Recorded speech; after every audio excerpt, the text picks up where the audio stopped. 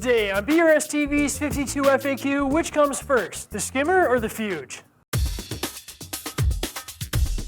Hi, I'm RT, your host of BRStv, and this week we're answering Raees Usman's question, in a sump, which one should come first, the skimmer or the refugium? We get asked that all the time, and there are a lot of opinions both ways, and while I don't think it matters all that much, I do think there is a right way. I believe the skimmer should be first in most types of refugium installations, and that's based on what both systems are actually trying to remove.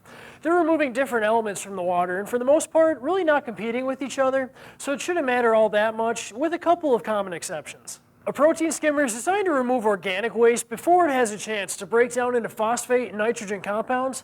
Essentially, we want to remove the fish waste and uneaten decaying foods as small particles or resulting dissolved organic compounds. However, a skimmer is far from 100% efficient at this. I've seen some articles that suggest a typical skimmer is removing 20 to 40% of the dissolved organic content in the water. Once the organic content breaks down into phosphate or sources of nitrogen like nitrate, the skimmer is no longer capable of removing them. However, as part of the photosynthetic process, the algae bed in the refugium directly uptakes phosphate and nitrate, so rather than being competitive filters, skimmers and refugiums can be considered redundant or progressively supportive filters. How much phosphate and nitrate a refugium uptakes as part of that redundancy is really dependent on the system design.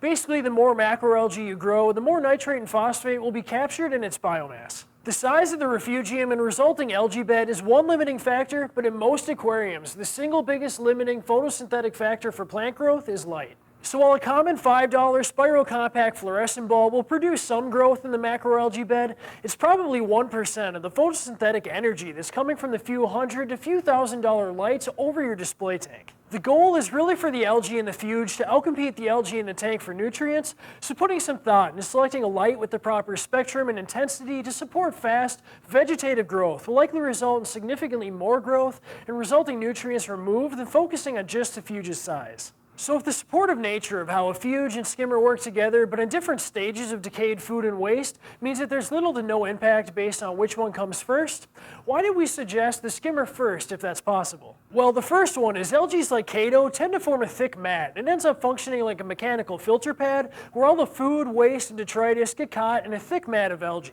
This prevents some of these elements from finding their way to the skimmer where they have the potential of being removed. In addition to that, many reefers maintain refugiums to support a healthy microfauna or pod population.